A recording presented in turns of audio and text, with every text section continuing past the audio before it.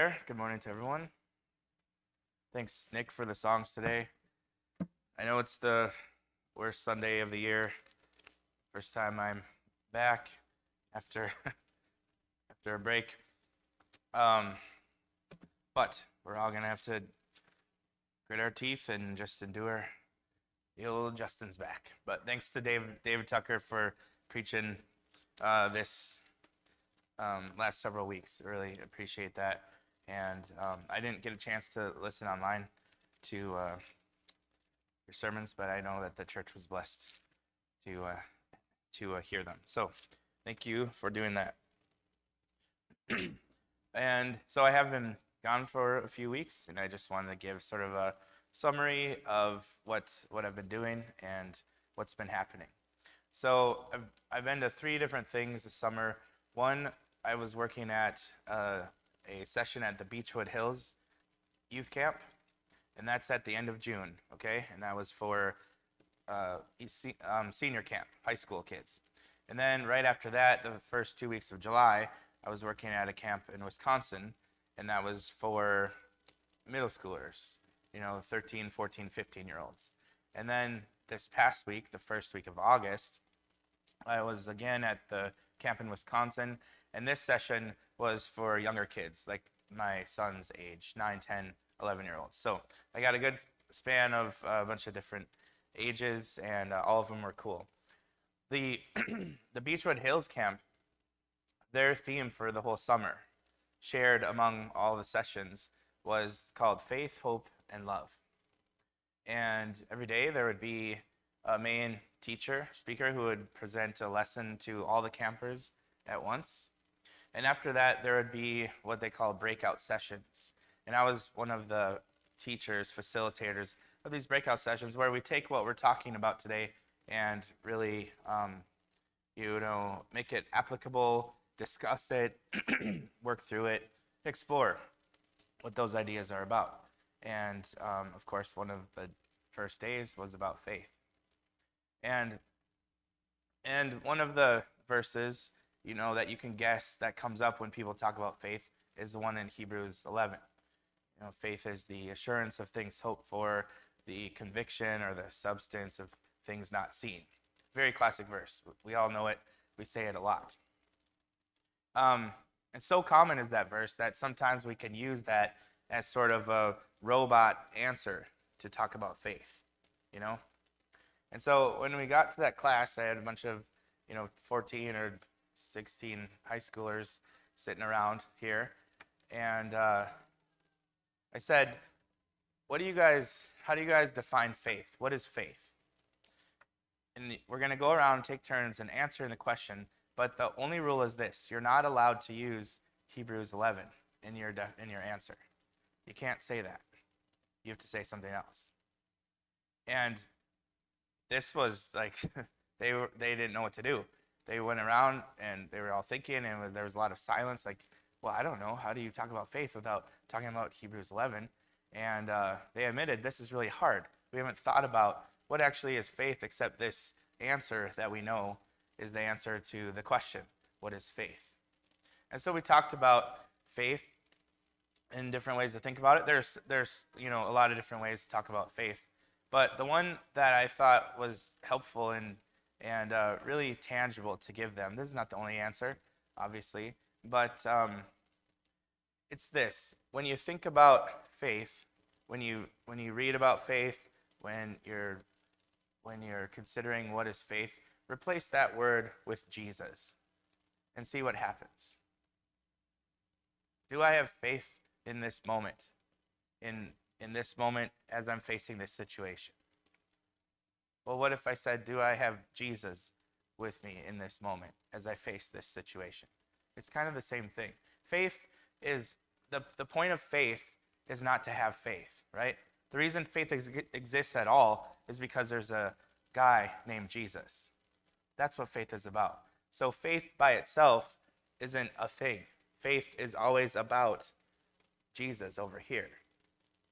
So you don't need to have an abstraction of this word faith if it's about Jesus and the presence of Jesus and communion and the relationship we have with Jesus, the confidence and the strength that we have in this reciprocity with Jesus. So when we're thinking about faith, we can just think about Jesus, and there it is, automatically a tangible, understandable concept. Do I have Jesus? In this moment, as I face this situation, do I understand and know and experience the presence of Christ in my life here, right now? Or is that not something I'm paying attention to? Do I have faith or not in this situation? Do I understand and know and experience the presence of Jesus in this difficult, challenging moment right now? Because that's what makes the difference in life. Whether or not Jesus is here and being known and knowing me. So that's what faith is. There's a lot of other ways you can describe faith, I know, and I'm sure you can think of a couple. But that seemed to be really helpful to them, to think about Jesus when we're talking about faith. Faith isn't the point. Jesus is the point, and faith directs us and points us to Jesus. Now,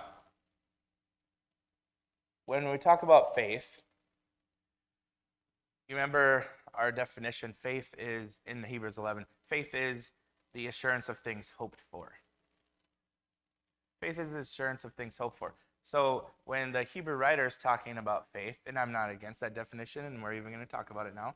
So faith is the assurance of things hoped for. What does he mean by that? And how is it that you have to use the word hope in the definition of faith? When you think about that, you start to see why Paul in 1 Corinthians 13, our text today, connects these three things: faith, hope, and love. Remember that last verse of 1 Corinthians 13? Somehow Paul, when he's talking about love, he starts talking about, oh, there's also faith and there's also hope. In his mind, these three go together. They are related. You can't have one without the other two. So to understand faith, according to Hebrews 11, we have to know what hope is, because it's the assurance of something hoped for. If I want to know what faith is, I have to know about hope. Faith and hope are related. You remember we've been in Exodus for a while, and one of the most impressive things I think about the Israelites is that when they're at Mount Sinai, and God is approaching them, or he's having them come near to the mountain, but not too close, because it's kind of dangerous to get too close to the presence and glory of God.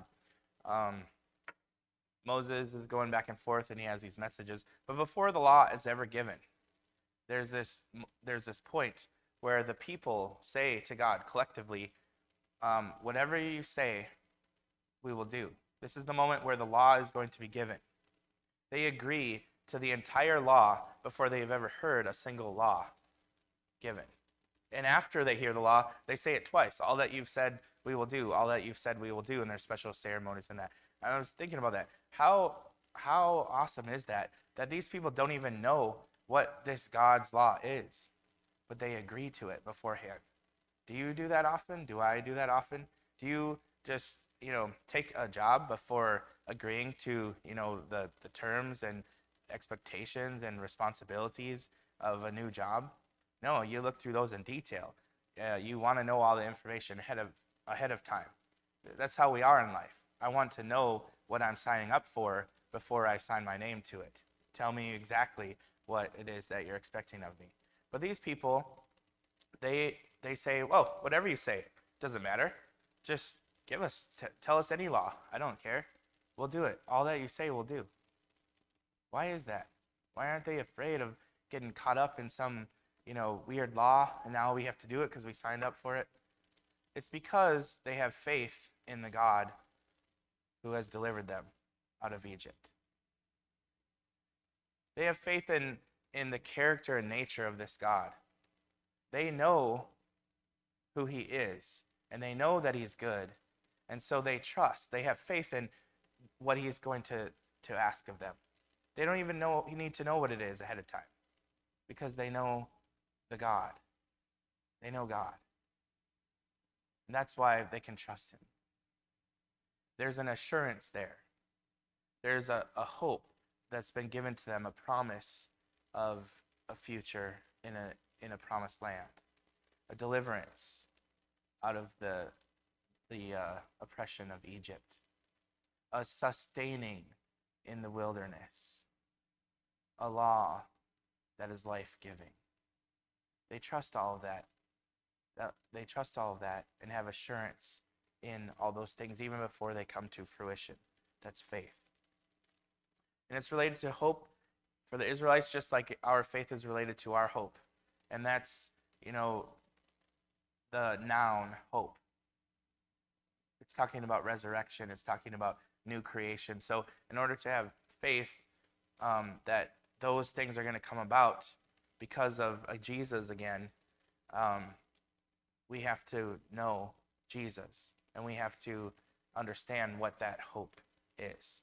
That's a pretty quick and easy one. But Paul says in 1 Corinthians, these three remain: faith, hope, and love. And the greatest of them is love. So it's cool to talk about hope. It's cool to talk about faith. It's cool to have hope. It's cool to have faith. But as we read in 1 Corinthians 13, man, you can have all that stuff and you can be really awesome and really impressive in your faith and really knowledgeable about hope. But if you don't have love, then all that stuff is meaningless, because love is the foundation of all this. Faith exists because of a hope, and hope exists because we have a God who loves, who gave his son for us out of love, who sacrificed himself because of love. This whole thing is brought to us by the love of God. It's not motivated by whoever can have the most faith or whoever understands hope the best. It's a story about a God who loves, who gives, who sacrifices. That's why hope exists. That's why faith exists. And Paul says love is the only thing that's going to last. All this other stuff isn't going to matter in the end. Well, it will matter, but it will be satisfied. It will come to an end. There's going to be a point where faith comes to its end, where hope comes to its realization, right? Those will be realities. But love will always be, and always be needed, always be in process. Faith, hope, and love. Well, what does love look like? How does love work? Why does love matter? When we were at the session in Wisconsin for the first 2 weeks of July, the middle school ones, there was a middle weekend where I was taking my kids who had stayed with us for the first week at camp, and I was taking them to stay with my parents and my sister on, sharing days, and they were going to stay there for a week. It's about an hour and a half drive to meet each other in the middle, and I took my friend Greg with me, and so we dropped our kids off. Everything was great. Greg and I drive home, and we are almost all the way home. And just a couple miles before we get back to camp, I got a flat tire. Didn't even see what I hit because the puncture was so huge the thing wasn't in my tire anymore. All right. So and it happened by this little gravel parking lot or whatever. And Greg and I are getting, fixing the flat tire, putting the spare on. And once you know it, the spare wasn't that awesome. The spare tire, the only one I had, was also flat. And that's on me, right? But when you have a flat tire and then a flat spare, it's really not a good situation. But it could hold air for a little bit. I mean, we didn't know that because we had a flat tire and no way to inflate it in the middle of this country road, on a gravel parking lot. Until this guy, John, saw us there. And John, stopped by and talked to us. How's it going? What are you doing? I see you got a flat tire. And told him, yeah, the spare tire, it's not inflated, it's flat. And he says, well, I just live 1 mile down the road. I'll be back and get an air compressor. And we filled it up, and it was a loud air compressor, as you know, and as soon as we, shut it off, you could just hear that tire hissing. The bead was really bad. So, but it looked like there was going to be enough time where I could make it to camp. It's just a couple miles away. And I did, and then we got some new tires and stuff like that. But John got to talking, and we got to talking, and we're like, yeah, we're from the camp down the road, and here it is. And he said, well, I have a granddaughter. Her name's Charlie. And how old is she? Well, she's 10 years old. And, our session is for, 13, 14, 15-year-olds. But there's another session coming up later in the summer that's for 9, 10, 11-year-olds. And he's like, yeah, that sounds awesome. And they signed Charlie up for camp. And Charlie is, she's one of those that struggles in life with, she's a little different than other kids. And she doesn't have a track record of long experience of being accepted by other kids all the time, And, John was talking about that, and I said, well, I think that this will be a really good place for her. I think that she'll find some friends. And I got to see, she attended the session with my boys just last week. And it was so beautiful, awesome to see how she experienced, maybe for the first time in her life, the love of Christ. And there were kids that became her friends, and she became friends with them. And it was just so awesome to see how she could actually be herself in a place and enjoy life and laugh around and joke with friends and, show off her personality and just be accepted, being loved. That's what love is about. It's about allowing people to be themselves and to really make those connections and those friendships, all brought to you by a God who is love, the love of Christ. And at that session, this one we just came from, the theme of the session was the fruit of the Spirit. So all week long, it's love, joy, peace, patience, kindness, goodness, faithfulness, gentleness, self-control, like every day, all day long. That's all we're learning about is fruit of the Spirit. And so it's, we are really stockpiled with lots of knowledge about the fruit of the Spirit and lots of ways that we can apply the fruit of the Spirit in our lives. I'm like, well, that's good for the kids to learn. That'll be good for them. I'm glad they'll be able to do the fruit of the Spirit stuff. And once you know it, after spending a week there and being happy for the kids, and driving home, I have this awesome plan, by the way. I'm going to leave early. I'm not going to spend a bunch of time saying goodbye to people and leave 6 hours late. I'm going to wake up early. I'm going to get my kids out of their cabin early. I'm going to check out early before all the other parents do, pre-checkout, and I'm just going to leave. I'm going to pick up Hazel in southern Wisconsin. Then I'm going to drive home. I'm going to be home before supper, and I'll have all night to just relax. It'll be awesome. And that plan was working for about 2 hours down the interstate. All of a sudden, on the interstate, I'm in, well, you can guess, I was in the far left lane. And all of a sudden, the power steering goes out. And I'm like, wow, this is good. This is good. Happy to see it. So right away, I take the first exit. It happens to be like this decent-sized gas station truck stop situation. So I'm like cranking the wheel as hard as I can, trying to get it, turned in there. And I open the hood, and there it is. Just this serpentine belt, mangled and torn up and strewn about. So I'm like, yeah, this is a good day. This is awesome. Because a couple days before I left for camp, I had just replaced that tensioner pulley. I put a new belt on there, and everything was awesome. So, but I don't know what to do. I'm stranded. I don't know where I'm going to get any parts or how to inspect this. There's 10 people in this room that probably 40 people in this room that know way more than I do about vehicles and that sort of thing. I know like baby stuff. That's it. Um, but here I am. I got my two boys in the car. We're 2 hours down the road. We're still 1 hour out from getting to pick up Hazel at my friend Jamie's house, and don't know what to do. So I have to figure that out. And the first thing I did was call Jamie and let her know, hey, we got some trouble here. I don't know what to do. It might be a while. I'm going to be late for picking up Hazel. And she said, you wait right there. And she goes to her neighbor, Ron.